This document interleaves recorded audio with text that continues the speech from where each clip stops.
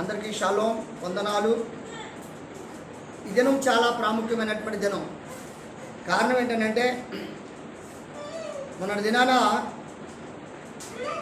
మనము చక్కని యొక్క నూతన సంవత్సరం యొక్క కూడికలో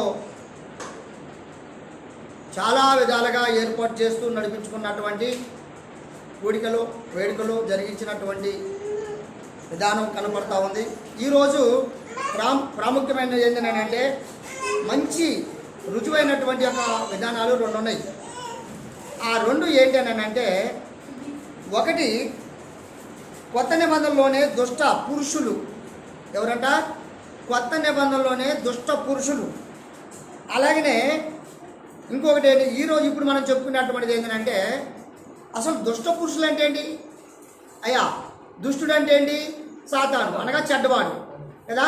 ఈ చెడ్డ పురుషులు ఉన్నారట. ఏంటయ్యా? సంఘంలో పురుషులు చెడ్డవారు ఉన్నారట. అలాగనే చెడ్డవారు ఎలాంటి చెడ్డవారై ఉన్నారో బైబిల్ ద్వారా మనం తెలుసుకున్నాయి. దానికంటే ముందు ఈరోజు ఏంటంటే అదేవిధంగా మా పాత మరియు కొత్త నిబంధనలోనే దుష్ట స్త్రీలు కూడా ఉన్నారట.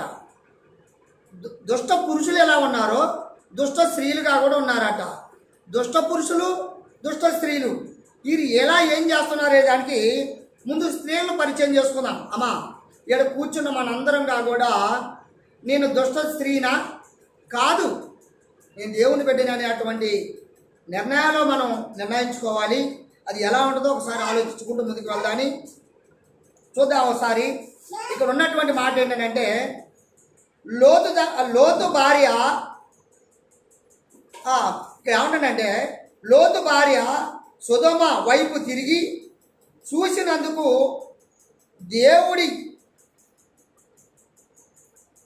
అక్కడ ఏం చేయను, దేవుడు ఇట్లా ముందు ఆయన వెనక తిరిగి చూడవద్దంటే ఆయన ఏం చేసిందట? వెనక తిరిగి చూసింది. అంటే ఎప్పుడైనా ఎవరు చెప్పారు ఈ మాట? దేవుడే చెప్పాడు. ఏమని? లోతు మీరు వెళ్ళండి, ఈ ఊరు నుంచి వెళ్ళండి, వెళితే అసలు వెనక్కి తిరిగి చూడకుండా వెళ్ళండి, మీరు వెళ్ళేదేదో వెనక్కి తిరిగి చూడకుండా వెళ్ళండి అన్నాడు. అయితే లోతు భార్య ఆశ కలదనమాట, లోకాశలు అనమాట. అందుకే పాట కూడా ఉంది, లోకాస్తుల్లో చేరి లోతు భార్య వల ఉంటే లోకు అయిపోతావు జగతిలోనా, మగ్ధలేని మరియ వలె మారు మనసు పొందితే నిత్య రాజ్యము నీకే సొంతం. హల్లెలూయా. ఇక్కడ ఏం జరుగుతుందో ఒకసారి మనం గమనించాలి, చదువుకుందాం. అలాగనే ఆదికాండము 19వ అధ్యాయము 26వ వచనం. అయితే లోతు భార్య తన వెనక్కి తిరిగి చూచి ఉప్పు స్తంభం ఆయన పరమ తండ్రికి స్తోత్రం. ఇక్కడ ఏమైందంట? లోతు భార్య ఏమైపోయిందంట? ఉప్పు స్తంభం అయిందట. ఎందుకు ఉప్పు స్తంభం అయింది? ఆమె ఉప్పు స్తంభం ఎందుకైంది? ఏదైతే చెప్పారో, ఏదైతే చేయవద్దన్నారో దాన్ని చూసి ఈ చెప్పినటువంటి మాట వెనక చేసింది. బాగా గమనించాలి. ఇక్కడ ఎందుకు వెనక తిరిగి చూడొద్దు అన్నారు అంటే మొదటి వచ్చిన వాళ్ళు ఏమంటాడంటే సాయంకాలం ముందు ఆ ఇద్దరు దేవదూతలు సొదొమ చేరుకున్నప్పటికీ లోతు సొదొమ గమని వద్ద కూర్చొని ఉండెను. లోతు వారిని చూచి వారిని ఎదుర్కొనుటకు లేచి సాష్టాంగా ఇలా సాగలపడి నమస్కారం చేసి ఇంటికి తీసుకుపోయిండు. చాలు. ఇక్కడ 26వ వచనంలో పోతాయి. ఇప్పుడు ఏం జరిగింది అక్కడ? దేవదూతలు ఆ ఊరు వచ్చి లోతు కుటుంబాన్ని కలుసుకోవడానికి వచ్చారు. ఈ లోతు ఆ దేవదూతలను చూసి ఏం చేశాడు? లోతు అయ్యా అని చెప్పి వాళ్ళ ముందుకెళ్ళి ఏం చేశాడట? సాష్టాంగ ఇలా సాగిలపడి నమస్కారం చేసి మా ఇంటికి రాండి అని చెప్పి ఆ దూతలను ఇంటికి తీసుకొని పోవటం జరిగింది.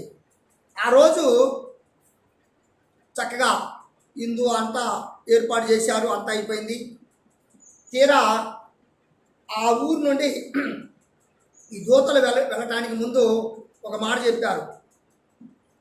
లోతు, నీవు కానీ, నీ కుటుంబం, నీ బిడ్డలు కానీ, నీ భార్య కానీ ఈ ఊరిలో మంచి అద్భుతము, తండ్రి యొక్క అద్భుతం చేయబోతున్నాడు. ఈ ఊరంతా శాపగ్రస్తమై ఉంది. ఈ ప్రజలంతా దోషభరితమైనటువంటి వారై ఉన్నారు. ఈ ఊరు వారందరిగా కూడా భక్తిహీనులుగా ఉన్నారు. దేవుడంటే లెక్కలేనటువంటి వారై ఉన్నారు. ఇతరులంటే ఓర్పు లేని వారిగా ఉన్నారు. అలాగనే ఇతరులంటే చెడిపేవారిగా ఉన్నారు. అలాగనే ఇతరులంటే దోసుకునేటువంటి వారుగా ఉన్నారు. ఇతరులంటే అనేక రకరకాలుగా అబద్ధం ఆడేటువంటి వారు ఉన్నారు. ఇతరులంటే నానా విధాలుగా వాడుకొని అరాచకమైన క్రియల్లో రుజువు చేసేటువంటి ప్రాంతముగా ఉన్నది కనుక ఈ ప్రాంతాన్ని నేను స్వనాశనము చేయడానికి నేను నా దూతల పంపానని పరమతండ్రి ముందే ఈ విషయం తెలియపరిచాడు. అయితే తెలియపరిచింది ఎవరికి? లోతు కుటుంబానికి. లోతు ఎవరిప్పుడు? అబ్రాహాము తమ్ముడు కొడుకు. తల్లిదండ్రులు ముందే చనిపోయినందువల్ల అబ్రాహాము దగ్గర పెరిగాడు, భయభక్తులు గలవాడయ్యాడు. ఆయన పరమతండ్రికి భయభక్తులు గలవాడై ఉన్నందువలన ఆ ఊరిలో ఆ యొక్క లోతు కుటుంబం చేరి ఉన్నందువలన ఆ ఊరు నుండి, ఆ ప్రమాదం నుండి తప్పించాలని స్వయాన దూతలు పంపించి వారిని తప్పేయటానికి, ఆ ఊరంతా నాశనం చేయడానికి దూతలతో మాట చెప్పాడు. ఆ దూతలో మాట చెప్పారు, లోతు, మీరు వెళ్తున్నటువంటి మార్గం ఈ ఊరు నుండి ఊరు దాటి వెళ్ళిపోయేంత వరకు వెనక్కి తిరిగి మీరు చూడవద్దు అని చెప్పారు. అయితే ఆ ఊరిలో చెప్పినటువంటి మాట, దూతల మాట విని వీరు బయలుదేరారు. బయలుదేరినాక ఈ దేవుడు ఏం చేయాలో ఆ కార్యం చేసుకుంటూ వస్తాడు. వచ్చిన కార్యాన్ని బట్టి దూతలు అక్కడ చెప్పినటువంటి మాట ప్రకారంగా ఆ ఊరంతా అగ్నిమయమైపోయింది. అప్పుడు లోతు భార్య ఏం చేసిందనంటే, వీళ్ళెవరో మా ఇంటికి వచ్చారు, ఎందుకో వెనక్కి తిరిగి చూడొద్దన్నారు, అసలు వెనక్కి తిరిగి చూస్తే ఏమవుతుంది అని చెప్పి ఆ మాట ఇలా వెనక్కి తిరిగి ఇలా చూసిందంట. అంటే ఏమైపోయిందంట? 26 చదువు మళ్ళీ ఒకసారి. అయితే లోతు భార్య అతని వెనక నుండి తిరిగి చూచి హల్లెలూయా. ప్రియమైనటువంటి వారులారా, ఇప్పుడు మందిరంలో కూర్చున్న వారందరికీ కూడా ఇది ఒక హెచ్చరిక అని చెప్పుకోవాలి. ఏం చేయబడ్డారట? అమ్మా వదిలిపెట్టమ్మా. ఏం చేయాలట? మనం అడుగేసినట్టు, అమ్మా వినమ్మా, మనం అడుగేసినటువంటి అడుగు ముందుకు వేయాలి తప్ప వెనక్కి వేయవద్దు. మన దృష్టి ముందుకు చూడాలి తప్ప వెనక్కి చూడవద్దు. వెనక చూడటం అంటే ఏంటి నాన్న? వెనక్కి తిరిగి చూడటం అంటే ఏంటి? మన పాత జీవితమును మరలా మనము గుర్తు చేసుకోవడం కానీ మన అర్థం. కానీ పరమతండ్రి ఏం చెప్పాడు? ఈ పాతది రోతది కనుక దీన్ని వదిలేయండి. కొత్త జీవితంలోకి మీరు అడుగేస్తున్నారు కనుక పొరపాటున మీరు ఎన్ని ఇబ్బందులు మీకు ఎదురైనా పొరపాటున వెనక్కి తిరిగి చూడటానికి మీకు అవకాశమో లేదని కుటుంబంతో చెప్పి వారు అదృష్టయ్యారు. అట్లా ఉండాలా? ఉండలే. అవ ఏం చేసింది అంటే, ఈ లోతు భార్య ఏం చేసింది? వెనక తిరిగి చూసింది, ఉప్పు స్తంభం అయిపోయింది. ప్రియమైనటువంటి వాళ్ళు, ఇప్పుడు నేను చెప్పేది ఏంటంటే, ముందుకు వెళ్ళటం అంటే పరమతండ్రిని వెరగటం ప్రాముఖ్యం. వెరిగిన తర్వాత వెనక్కి పోవటం అనేది కరెక్ట్ కాదు. విశ్వాసంలోకి రావాలి, వస్తే ఎలా ఉండాలి అనేది నేర్చుకోవాలి. ఈ యొక్క పాఠమును బట్టి ఎప్పుడైతే పరమతండ్రిని మనం ఎరుగుతామో, ఈ దైవ గ్రంథాన్ని ఎప్పుడైతే మనం పట్టుకుంటామో, ఈ దైవ గ్రంథంలో ఉన్నటువంటి మాటలు ఎప్పుడైతే మనం ఆలకిస్తున్నామో, ఈ దైవ గ్రంథంలో చెప్పబడినటువంటి ఉపమాన ప్రకారమే మనము జీవించాలే తప్ప మరొకసారి లోకములకు అడుగు ఎంత మాత్రమో వేయటానికి అవకాశమో లేదు. ఒకవేళ వేస్తే ఏమైందట? ఉప్పు స్తంభం అయిపోయింది. మరి నువ్వేమవుతావో నీకు తెలియదు. అందుకొరకు ఆమె ఉప్పు స్తంభం అయిపోయింది. నేటి వరకు ఇంకా మూలుగుతూనే ఉందట. ఎప్పటి వరకు అట? నేటి వరకు మూలుగుతూనే ఉందంట. అలాగనే 17 వచ్చిన కూడా ఆ దూతలు వారిని తీసుకొని వచ్చిన తర్వాత ఆగాయ ఎక్కడ చదువుతున్నావు? 19వ అధ్యాయము 17వ వచనం. 17వ వచనం. ఓకే. ఆ ఆ దూతలు వారిని ఎలుపలకు తీసుకొని వచ్చిన తరువాత ఆయన నీ ప్రాణమును దక్కించుకున్నట్లు హల్లెలూయా. ఏం చేయాలట అమ్మా? ఇలా ఏం చేయాలట? నా జీవితం ఇది వరకు చెడిపోయింది, ఇటనాలి. నా జీవితం భ్రష్టపట్టిపోయింది. నా జీవితము అనేకమైనటువంటి ఇబ్బందుల పాలైపోయింది. నా జీవితము నా భర్తకు నాకు సమాధానం లేకున్నది. మా జీవితము మా కుటుంబంతో సమాధానం లేకుండా అయిపోయినాం. మా కుటుంబ సభ్యులతో కూడా మేము సమాధానం లేకుండా అయిపోయినాం. అందుకొరకు మీ ప్రాణాలు మీరు తగ్గించుకోవాలంటే ఈ యొక్క ఎదిరికుల మధ్య, ఈ అన్య జీవితాల మధ్య, ఈ యొక్క నానా రకరకాలుగా అవిశ్వాసమైనటువంటి క్రియలు చేస్తున్నటువంటి వారి మధ్యలో నుండి ఏం చేయాలట? పారిపో అంటే అక్కడ అర్థం. అవునా కాదా? పారిపో అంటే అర్థం ఏంటి? దేనుడి పారిపో అంటాడు అంటే భ్రష్ట జీవితం, అనేకమైన వ్యతిరేక జీవితం, ఇంకా లోకాశల జీవితం, ఇంకా అనేకమైనటువంటి స్వయం, ఇది కావాలి అది కావాలి, ఇలా ఉంటే బాగు అలా ఉంటే బాగు. స్త్రీలు ఎలా ఉంటారో తెలుసా? ఇప్పుడు స్త్రీల గురించేగా చెప్పేది, పురుషుల గురించి కూడా ఉంది. మళ్ళీ నెక్స్ట్ వారంలో మనం పురుషుల గురించి చెప్పుకున్నాయి. స్త్రీలు ఏమనుకుంటారు? అమ్మలక్కలు ఏమనుకుంటారు? అబ్బా అక్కల పెద్ద దండ వేసుకుని వచ్చింది, బంగారం దండ, అబ్బా అలాంటి దండ నేను కూడా చేయించుకుంటే బాగుంది. మరి ఈ దండ ఈ అక్కలకి ఎలా వచ్చిందంటే కష్టపడరు, అలా కష్టపడి తెచ్చుకున్నారు. మరి అలాగనే నీవుగా కూడా ఇతరులను చూసి ఈర్ష్యపడే గుణం నీకు ఉండరాదు అని వాక్యము తెలియపరచబడుతుంది.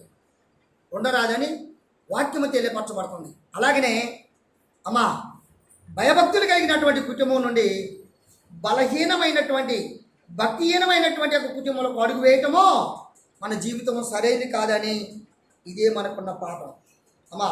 అందుకొరకు అక్కడ ఏమంటాడు? మీ ప్రాణం దక్కించుకోవాలంటే, ఇప్పుడు ఉదాహరణకు కుటుంబంలో ఇంతవరకు ఎలా ఉన్నాయమ్మా? ఎన్ని ఇబ్బందులుగా ఉన్నాయి? సమాధానం ఉందా? ఇళ్ళల్లో సమాధానం ఉందా? పోనీ మీ ప్రాణాల సుఖం ఉందా? పోనీ మీ కుటుంబంలో మీ ఒకరికొకరు ఐక్యత కలిగి ఉన్నారా? భర్త ఒక రీతిగా, భార్య ఒక రీతిగా, భార్య ఒక రీతిగా, పిల్లలు ఒక రీతిగా ఉన్నారా లేరా? మరి ఇప్పుడు ఎలా ఉన్నారు? ఇప్పుడు ఎలా ఉన్నారు చెప్పమ్మా? ఎలా ఉన్నారు ఇప్పుడు? మంచిగంటే ఐకమత్యతో ఉన్నారుగా. ఇదివరకు ఉన్న ఇబ్బందులు లేవు కదా అమ్మా, ఇదివరకు ఉన్న ఇబ్బందులు లేవు కదా. అసలే కంప ఎందుకు ముట్టుకుంటామని ఇబ్బందులు లేవు. ఇదివరకు ఉన్న ఇబ్బందులు అయితే ఇప్పుడు లేవు కదా.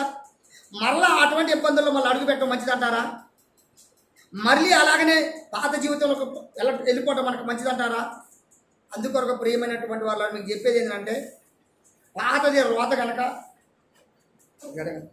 పాతది రోత కనుక దాని నుండి మనం ఏం చేయాలా? దూరంగా పారిపోవాల్సినటువంటి అవసరత మనకు ఉంది. అందుకొరకే లోతును అలా పారిపోమన్నాడు.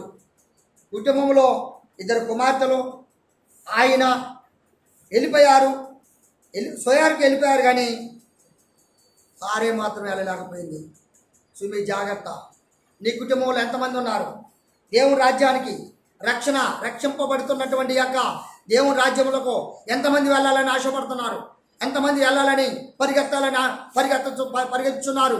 ఒకవేళ నీవు లోకాశల్లో చేరి లోతు భార్య వాళ్ళు వెనక్కి తిరిగి చూసావంటే నువ్వు లోకు అయిపోతావు, మూడుగుతుంటావు, నష్టంగా కలిగి ఉంటావు. సుమి జాగ్రత్త. ఇలాంటి నష్టపరిహారాలకు నువ్వు సరైన దానివి కావు, నువ్వు సరైన వాడివి కావు, నీ సరైన కుటుంబం కాదు అని గ్రహించి కాముగా మనము అర్థం చేసుకొని మనము క్రమంగా ఉండవలసినటువంటి అవసరత మనకుంది. అందుకొరకు మరొక మాట చదువుకుందాని ఇక్కడ లోతు భార్య కుటుంబం గురించి మనం తెలుసుకున్నాం. మరొక కుటుంబం కాడికి వెళ్దాం. ఇక్కడ ఎవరంటే పోతిఫర్. ఎవరట? ఐగుప్తు దేశంలో ఉన్నటువంటి యొక్క పోతిఫర్ అనే ఒక వ్యక్తి ఉన్నాడు. ఆ వ్యక్తి దగ్గరకు ఇశ్రాయేలు అనగా యాకోబు యొక్క పేరు ఇశ్రాయేలు. యాకోబు కొడుకులు 12 మంది ఇశ్రాయేలీలే. ఈ 12 మందిలో ఒక అతను ఐగుప్తు దేశమునకు అమ్మబడ్డాడు. ఇప్పుడు ఐగుప్తు దేశంలో 11వ వ్యక్తి అయినటువంటి యోసేపు అక్కడ ఉన్నాడు. ఎక్కడ ఉన్నాడు? పోతిఫర్ అనేటువంటి ఒక వ్యక్తి కొనుక్కున్నాడు. అక్కడ ఐగుప్తు దేశంలో ఆయన అక్కడ వాడబడుతుంటే అక్కడ ఉంటాడు. ఎలా ఉండంటే బానిసగా ఉండ అక్కడ. అయినప్పుడు చదువుకుందాం ఒకసారి, చదువుకొని అలాగనే వెళ్దాం. పోతిఫర్ భార్య తనను ప్రయత్నించిందట, చెరపాలని ప్రయత్నించిందట. ఎలా, ఏం చేసేపడదో చూద్దాం ఒకసారి. ఆదికాండము 39వ అధ్యాయము 7వ వచనం చూద్దాం. ఆదికాండము, అమ్మా అందరు తీసుకున్నారా? అటు తర్వాత అతని యజమానుని యొక్క భార్య యోసేపు మీద కన్ను వేసి తనతో క్షీణించుమని చెప్పాను. హల్లెలూయా. ఇప్పుడు యోసేపు ఆమె దగ్గరికి వెళ్ళాడా? పోతిఫర్ భార్య దగ్గరికి యోసేపు పోయాడా? మరి పోతిఫర్ భార్య యోసేపు దగ్గరికి వచ్చిందా? బాగా గమనించాలా ప్రియమైనటువంటి వారులారా, పురుషులైనటువంటి వారులారా, స్త్రీలైనటువంటి వారులారా, గమనించాలి ఈ యొక్క మాటను. లోకాశల్లో ఉన్నావా? నీ కోరికలో నువ్వు బాగా పాతుకొని ఉన్నావా? బలిష్టంగా ఉన్నావా? కోరికలు తీర్చుకోవాలని ఒక మంచి నిండు మనసు కలిగి ఉన్నావా? సుమి జాగ్రత్త, ఈ శిక్ష నీకే, మరి ఎవరికో కాదు. ఇక్కడ పోతిఫర్ భార్య ఏం చేసిందంట? యోసేపు దగ్గరికి వెళ్ళింది. యోసేపు దగ్గరికి వెళ్ళి ఏం చేసింది? తన మీద దృష్టి పడది, అవునా కదా? తన మీద దృష్టి పడి ఏం చేసింది? యోసేపుని అడిగింది, బాబు యోసేపు, దా నువ్వు గనక నా ఇష్ట ప్రకారం ఉంటే నిన్ను బానిసగా ఉంచను, నిన్ను గొప్పవాడిగా ఎంచుతా అన్నప్పుడు యోసేపు ఏం చేశాడంట? యోసేపు ఏం చేశాడు? తన ఐగుప్తు దేశంలో పోతిఫర్కి తన అధికారంలో కానీ తన ఆస్తిలో కానీ తనకున్న సమస్త యావత్తులో నుండి ఆయన నమ్మకస్తుడై ఉన్నాడంటే. పరమతానికి స్తోత్రం. అందరూ అనాలా, నోరు మూసుకుని ఉండకూడదు. సరే ఇంకోసారి అందని అంటే అర్థం ఏంటో తెలుసా? మనం నమ్మకం ఎవరి మీద ఉండాలి? ఇప్పుడు ఒక యజమానుడి మీదనే ఇంత నమ్మకస్తుడిగా ఉన్నాడు కదా యోసేపు.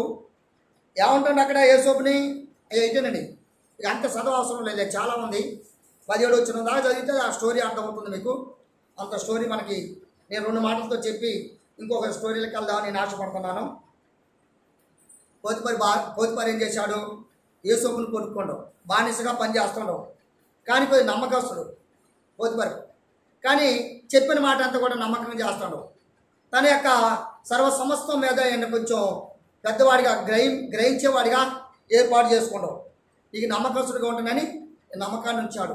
అప్పుడు పోతిఫర్ భార్య పోయింది, అతని మీద దృష్టి పడది. ఎందుకు? ఈయన సౌందర్య గలవాడు, యుగురీయుడు, మామూలు కాదు. అంటే యాశ్వమస్య వారిని నమ్ముకున్నటువంటి వాడు. ప్రియమైనటువంటి వారులారా, జీవం కలిగినటువంటి దేవుని నమ్ముకున్నటువంటి వారము మన అందరం కూడా ఎలాంటి వారమాట? సౌందర్య కలిగినటువంటి వారమే. ఎందుకని అంటున్నానంటే మరి మనకు తెలుసు, మీరు చదవబాకండి. పరమగీతంలో ఉన్నటువంటి మాట 2వ అధ్యాయంలో ఉంది. నేను నల్లని దాననైనను నేను సౌందర్యవతినే, నేను ఎండ దెబ్బ తగిలిన దాన్ని తప్ప మరొకటి కాదు. ఎండ దెబ్బ అంటే శ్రమ అంటే కష్టాలు అంటే వేదనలు అంటే విమర్శలు, అనేకమైనటువంటి బాధలో నుండి ఏమైపోయిందంట? నల్లబారిందంట. అంటే అర్థం ఏంటి? ముఖం చిన్నపుచ్చుకుందంట, జీవితం అంతా మచ్చరపడిపోయిండు. మచ్చరపడిపోయింది. అలాగనే తన బ్రతుకంతా వెతుకులాటగా ఉంది, ఇతరులకు అనేక రకరకాలు చెప్పుకునే విధంగా ఉంది. అటువంటి అప్పుడు ఏం చేయబడదంట ఆమె? అయ్యా నాదా, నేను నల్లందానేమో సౌందర్యవతి నేను అంటే అర్థం ఏంటి?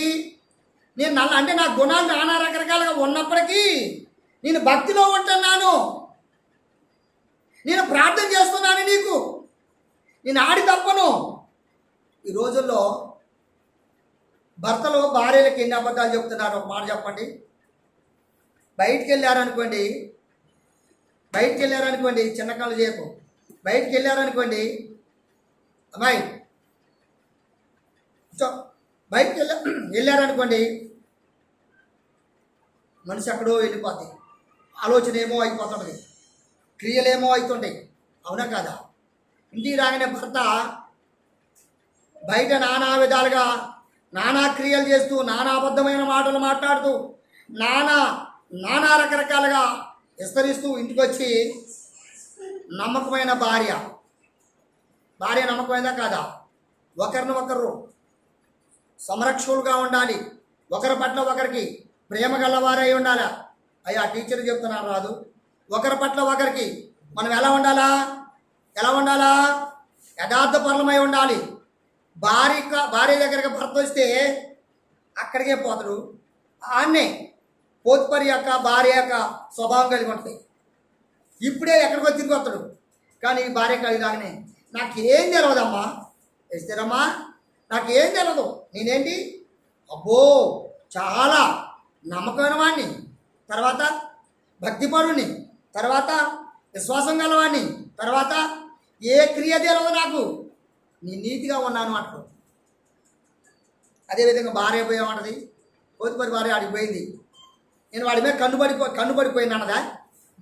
భర్తకి ఏం చెప్పింది? యేసోబు తన మాట విన్నందువల్ల ఏం చేసింది? అయ్యా వీడు నా యొక్క చెంగు బట్టి లాగిండు, ఇదిగో వాడి చెంగు, నన్ను లాగుతుంటే నేను లాక్కొని వస్తుంటే వాడు గొడ్డ నన్ను ఎట్లా రెక్కబట్టి లాగుతుంటే నేను వదలాయించుకొని ఉరికొస్తానా, ఇగో కొంగు తాకింది నాకు, ఇగో కొంగు చూపిస్తానంటే యేసోబు కొంగు చూపించింది. యేసోబు కొంగు ఎందుకు వచ్చింది చేతిలోకి? ఆ పోతుపరి భార్య యేసోబుని రేపు చేయాలని ప్రయత్నం చేస్తాను. యేసోబు ఏం చేసిండు? వదలాయించుకొని పారిపోయాడు. ఇప్పుడు ఎక్కడ పారిపోయాడు? ఒక చెడు కార్యం నుండి పారిపోయాడు. ప్రియ సహోదరులారా, మెస్సియా సొసైటీ అటువంటి అయినటువంటి వారులారా, వింటున్నా మీకు సహోదరులైనటువంటి మీ అందరికీ, సహోదరులైనటువంటి మీ అందరికీ నిజంగా నేను చెప్తున్నటువంటి మాట గమనించాలి. మనం పారిపోవాలి, చెడుకు దూరంగా పారిపోవాలి, అబద్ధానికి పారిపోవాలి, అలాగనే వేస జీవితానికి పారిపోవాలి, దొంగ జీవితానికి పారిపోవాలి, అబద్ధ జీవితానికి పారిపోవాలి, ఇంకా అవిష్టమైన జీవితానికి పారిపోవాలి, అన్య జీవితంలో నుండి పారిపోవాలి, విశ్వాసమైన మార్గంలో స్థిరపరచబడాలి. అదే మన జీవితం. అదే యేసోబు మనకు నేర్పినటువంటి ఒక పాఠం. అవునంటారా కాదంటారా? యేసోబు మనకు నేర్పినటువంటి పాఠం చూద్దాం ఒకసారి. 8వ వచనం కూడా చదవండి. 39:8. అయితే అతడు ఒప్పక ఆ యజమానుడు తను కలిగినదంతయు నా చేతికి అప్పగించను కదా, నా వశమున తన ఇంటిలో ఏమి ఉన్నదో అతడు కడుగుడు. ఈ ఇంటిలో నాకంటే పైవాడు ఎవడూ లేడు. ఇక్కడ చూడండి ఏమంటాడో పరమ తండ్రి స్తోత్రం. ఇక్కడ చూడండి ఏమంటాడో, నా యజమానుడు తనకున్న సర్వ సమస్తము ఏ ప్రాంతంలో ఎక్కడ ఏముందో నాకు తెలియదు, అతనే తెలియదు, కానీ వాటన్నిటి మీద నన్ను అధికారిగా పెట్టాడా లేదా? ఇప్పుడు భార్య మీద కూడా అధికారం కాపలా ఉన్నట్టే కదా అర్థం, ముట్టుకోవద్దనే అర్థం. మరి యజమానుడు మాట ప్రకారంగా యజమానుడు భార్యను ముట్టుకున్నాడా? ముట్టుకోలేదు, పారిపోయాడు. నిజంగా ఆనాడు ఒక యజమానుడు చెప్తేనే అంత నమ్మకస్తుగా ఉన్నాం.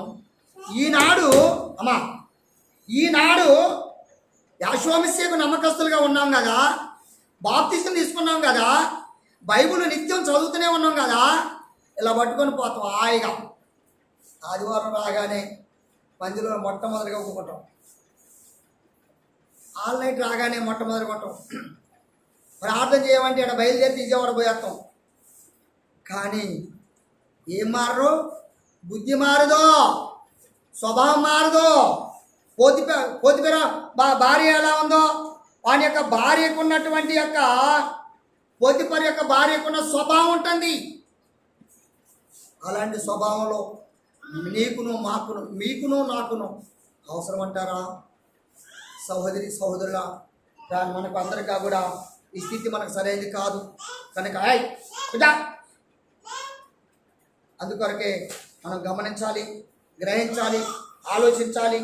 కనుక మనం ఏ ఒక్కటి కూడా వదలక నిత్యము పరమతాన్ని పరమతంలో కొనసాగవలసినటువంటి అవసరత ఉందని గ్రహించాలి. అందుకొరకే మనం ఇంకొక మాట చదువుకుందాం చూడండి అమ్మ ఒకసారి. అమ్మా మరొక మాట చదువుకుందాం చూడండి. మొదటి రాజుల గ్రంథము. ఇప్పుడు పోతిఫర్ యొక్క భార్యకు యేసోపు తల వంచక ఎలా పారిపోయాడో, ఏం జరిగిందో చేతులు కొట్ట, ఏ విధంగా ఉండడో అలా నీవు యెహోషువ మెస్సీకు అలా ఉండాలని ఆశపడుతున్నారా? యెహోషువ మెస్సీ వారికి అంతా నిక్కచ్చిగా మంచి విశ్వాసంగా ఉండాలని తలంచున్నావా? యెహోషువ మెస్సీ వారికి యేసోపు లాంటి గట్టి మనసు గలవారుగా ఉండాలని ఆశపడుతున్నావా? అన్నట్లయితే ఆ జీవితము నీదే. యేసోపు లాంటి నమ్మకస్తులు మీరే, భయభక్తులు గలవారు మీరే. పరమతండ్రి యేసోపు పరమతండ్రికి ఎలా ఉన్నాడు? ఇష్టుడిగా ఉన్నాడు కనుక ఆ దేశానికి ఆయన ప్రధానుడు అయిపోయాడు. నిజంగా ఈ లోకంలో భక్తిహీనమైనటువంటి ఈ లోక చెడ్డ రాజ్యములో మీరు స్వతంత్రులుగా ఉండాలంటే ఈ జీవితం మీరు మార్చుకోవాల్సినటువంటి అవసరత మనందరికీ ఉంది. మరింకో మాట చదువుకుందాం. మొదటి రాజుల గ్రంథము మొదటి యొక్క రాజుల గ్రంథము 15వ అధ్యాయము తీసారా? 14వ వచనం చూడండి ఒకసారి. ఆస తన దినములన్నీ హృదయపూర్వకముగా యావేను అనుసరించెను, గాని ఉన్నత స్థలమును తీసివేయకపోయెను. పరమతానికి స్తోత్రం. ఇప్పుడు ఆస అనేటువంటి ఒక వ్యక్తి ఉన్నాడు. ఆయన ఏం చేశాడట? తన దినములన్నీ హృదయపూర్వకంగా ఎవరికి నమ్మకంగా ఉండో? యావేకి నమ్మకంగా ఉండవు. ప్రియమైనటువంటి వాళ్ళారా, మీరు ఎవరికి ఉందాం అనుకుంటున్నారు? అమ్మా, మీరు ఎవరికి ఉందాం అనుకుంటున్నారు? మీరు ఎలా ఉందాం అనుకుంటున్నారు? మీరు నమ్ముకున్నటువంటి నీ సృష్టికర్తకు నువ్వు నమ్మకంగా ఉండాలని ఆశపడుతున్నావా? నువ్వు నమ్మకంగా జీవించాలని ఆశపడుతున్నావా? నువ్వు నమ్మకమైన క్రియ చేయాలని ఆశపడుతున్నావా? నువ్వు నమ్మకమైనటువంటి భక్తిపరుడుగా ఉండాలని ఆశపడుతున్నావా? నువ్వు భక్తిపరుడిగా ఉండాలని ఆశపడుతున్నావా? దేవుని యొక్క నీతి రాజ్యాన్ని నీ నుండి రుజువు చేయాలని ఆశపడుతున్నావా? అయితే నీవు చేయవలసిన మాట, ఆశ తన దీనములన్నీ ఎలా ఉన్నాడో నమ్మకమైనటువంటి వాడిగా నువ్వు ఉండటానికి ఇష్టపడటానికి ప్రయత్నం చేసు. నీ జాగ్రత్త. మరొక మాట చదువుకుందాని. అలాగనే 15వ వచనం కూడా ఒకసారి చదివినట్లయితే మంచి మాటలు మనకు కనపడతా ఉన్నాయి. మరియు అతడు తన తండ్రి ప్రతిష్ఠించిన వస్తువులను తాను ప్రతిష్ఠించిన వస్తువులను ఎండియు బంగారమును ఉపకరములను యావే మందిరమునికి లోనికి తెచ్చెను. తర్వాత వారు బ్రతికిన దినములన్నిటిలోను ఆసాపును రాజైన బయసాకును యుద్ధము జరుగుతుండెను. ఇశ్రాయేలు రాజైన బయజా యోధావారికి విరోధి అయి ఉండి యోధా రాజైన ఆసా యుద్ధ నుండి రాకుండాను అతని యొద్దకు ఎవరును పోకుండాను రామపట్నం కట్టించును. కాబట్టి ఆసా యావే మందిరపు ఖజానాలోను రాజనగర యొక్క శేషించిన వెండి అంతయు బంగారం అంతయు తీసి సేవకుల చేతి అప్పగించెను. హల్లెలూయా. ఇప్పుడు ఏం చేశాడమ్మా? తన భక్తుడైనటువంటి ఆశ జీవితము, అక్కడ ఉన్నటువంటి భయభక్తులు గలవారు ఎలా ఉన్నారు చూడండి. తన ఖజానా నుండి ఏం చేశారట? పరమతండ్రి యొక్క మందిరంలో ఉన్నటువంటి తన దాసునికి, పనివాడికి, అనగా ఆయన సావుకుడికి ఏం చేశారట? అప్పగించారట. చూసారా? ఎక్కడది? మందిరంలో ఖజానా. అవునా కాదా? ఇవాళ మందిరం యొక్క అధికారమైనటువంటి ఖజానా అంటే ఏంటో తెలుసా? అది చాలా పెద్ద సబ్జెక్టు. గమనించాలి ఈ మాటలను మనం. నిజంగా మనం అలా లేకపోతే యావే తండ్రికి విరోధులు మనమేనని తప్పక మనం తల వంచాల్సినటువంటి అవసరం మనకి లేకపోలేదు. అదేవిధంగా మరొక మాట చదువుకుందాం చూడండి. ఇక్కడ ఏమంటున్నానంటే అదే మొదటి రాజుల గ్రంథము 16వ అధ్యాయము తీసారాయా 31వ వచనం చూడనా.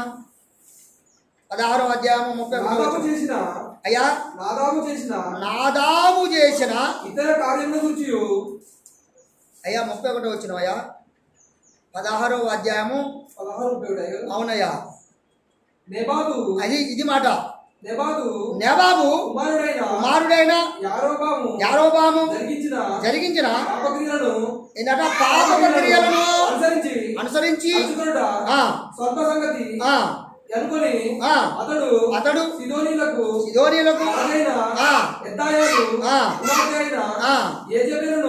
వివాహం చేసుకొని బయలుదేరులను పూజించు. చాలు. ఇక్కడ ఏం చేశాడట అయ్యా? అయ్యా ఇక్కడ చూడండి, కుమారుడైనటువంటి వాడట పాపపు క్రియలు చేశాడట. అవునా కదా అమ్మా? మనం ఒకవేళ ఆనాడు వారు చేసినట్టుగా నెబాదు కుమారుడైనటువంటి మరి యరొబామును కనుక ఏ విధమైనటువంటి యొక్క లక్షణాలు మనకు కనిపించాయో అలాంటి లక్షణాల్లో మనము ఉండటం మనకు సరైనది కాదని వాక్యం తెలియపరచబడుతుంది. అవునంటారా కాదంటారా? నేనేం చేశాడు అమ్మా? పాపపు క్రియలు చేయక, అంతేనాయా? ఈయన యొక్క జీవితం ఇప్పుడు మనం చదువుకున్నాం. ఎలా ఉంది, ఏమై ఉంది చూడండి ఒకసారి. 30 అధ్యాయం 15 వచ్చిన కూడా చూడండి. 30 అధ్యాయం 15 వచ్చిన 30 అధ్యాయం 15 వచ్చిన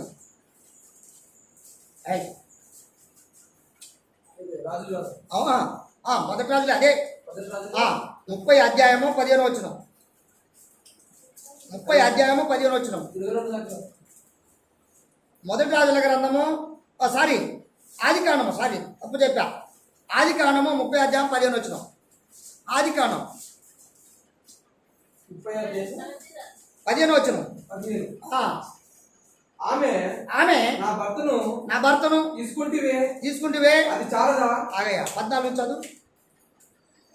గోధుమల కోతకాలంలో రూబేను వెళ్లి పొలంలో పుత్రదత్త వృక్షపు పండు చూచి తన తల్లి అయిన లేయాకు తెచ్చి ఇచ్చెను.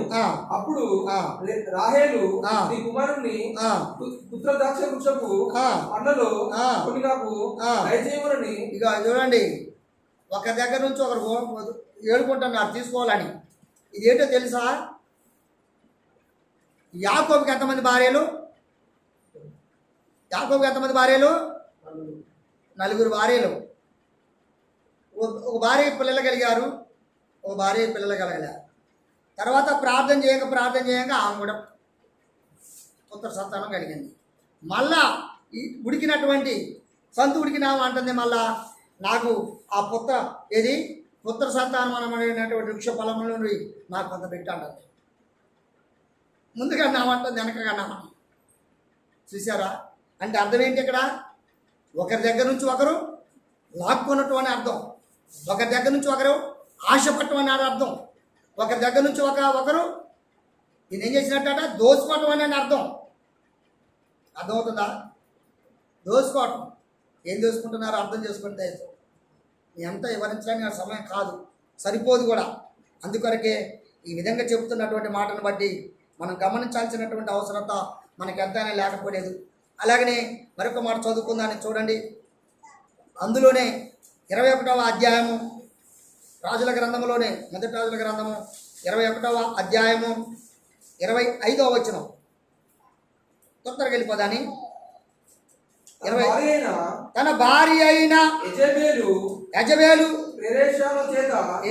పెరేషాన్ చేత యావే దృష్టికి కీడు చేయ తను తాను హల్లెలూయా అమ్ముకొనిన అహాబు వంటి వాడు లేడు. హల్లెలూయా. ఎవడు అమ్ముకున్నాడట? అహాబు. యావే దృష్టికి కీడు చేసినటువంటి వాడు అయిందట. ఏమమ్ముకున్నాడు? ఖజానా ఏముందో అమ్ముకున్నాడు. అవునా కదా? ఈనాడు ఏమమ్ముకుంటున్నారు తెలుసా? విశ్వాసమును అమ్ముకుంటున్నారు, తర్వాత జీవిత సమర్పణ అమ్ముకుంటున్నారు, తర్వాత శరీరము నమ్ముకుంటున్నారు, తర్వాత ఆలోచన నమ్ముకుంటున్నారు, తర్వాత స్నేహాన్ని నమ్ముకుంటున్నారు, తర్వాత ఇలా చెప్పుకున్న కొద్ది చాలా ఉన్నాయి. ప్రేమైనటువంటి వాళ్ళ భర్త భార్య యొక్క స్నేహాన్ని దూరం చేయకండి, భర్త భార్య యొక్క అధికారాన్ని దూరం చేయకండి, భర్త భార్య యొక్క మరి సమాధానాన్ని ఎడబాటు చేయకుండా దయచేసి భార్య మాట భర్త వినాలి, భర్త మాట భార్య వినాలి. ఒకవేళ భార్య మాట భర్త వినకపోతే ఏంటంట ఆ శిక్ష? ఇప్పుడు మనం చదువుకున్న వాటిలో ఎంతమంది అయితే ఉన్నారో అందులో ఒక భాగం ఏమవుతాడు. ఒకవేళ భార్య అయితే అందులో ఒక వ్యక్తి ఏమవుతుంది. అవునంటారా కాదంటారా? అయితే ఏం చేయాలి మనం? మనం ఏం చేయాలి? అయితే అప్పుడు ఏం చేయాలి మనం అంటే, ముందుగా చెప్పబడ్డ వారిలో కొంతమంది ఎలా ఉన్నారు, పరమతానికి ఇష్టమైన వారిగా ఉండి సమర్పణ గలవాడై ఉండి, చదువుకున్న మనం సమర్పణ గలవారమై ఉండి, హృదయ శుద్ధి గలవారమై ఉండి, యథార్థపరులమై ఉండి, భక్తిపరులమై ఉండి, దేవుని రాజ్యాన్ని కనిపెట్టుకొని జీవించువారు ధన్యులు. అలాంటి జీవితం మనకు అవసరం అంటారా కాదంటారా? అలాంటి జీవితం మనకు ఇష్టమైంది అంటారా కాదంటారా? అలాంటి జీవితం మనం ఎత్తుకోవాల్సిన అవసరం ఉందంటారా కాదంటారా? నిజంగా నేను ఫోన్ చేస్తే ఏముందిలే మేము కొద్దిమందిగా మేము వెళ్ళాలా, ఇంకోసారి పోదాయి అంటే మనం ఎక్కడికి వెళ్ళిపోయినాం? మనం ఇప్పుడు అన్ని జీవితంలోకి వెళ్ళిపోయినట్టే. ఎక్కడ పోవాలి మనం? సంగరావు దగ్గరకా? చెప్పినాను. ఎక్కడ పోతున్నాం మనం? అయ్యా సంగరావు దగ్గర పోతున్నారా? ఎస్. అంటే యావే సన్నిధికి వెళ్తున్నాం. ఎందుకు వెళ్తున్నాం మనం? మనకున్న సమస్తమును వదిలేసి మేలైన దాంట్లో మమ్మల్ని బలిష్ఠులుగా చేయి తండ్రి అని చెప్పి నమ్మకంతో ఆయన దగ్గరికి వెళ్తాం. అవునంటారా కాదంటారా? అందుకొరకు మనం అలాంటి యొక్క నమ్మకమైనటువంటి జీవితం మనం కలిగి ఉంటే యావే తండ్రి చక్కని రాజ్యాన్ని, తర్వాత ఐక్యతను, తర్వాత సమాధానమైనటువంటి జీవితాన్ని ఆయన సమృద్ధిగా అనుగ్రహించేస్తాడు. అందుకొరకు మనం ఏం చెప్పినా కొన్ని మాటలను బట్టి మనం గమనిస్తూ ముందుకు వెళ్ళవలసినటువంటి మాట ఒక మాట చదువుకొని ముగించుకుందాన్ని నేను ఆశపడుతున్నాను. చూడండి ఒకసారి ఎస్తేరు గ్రంథము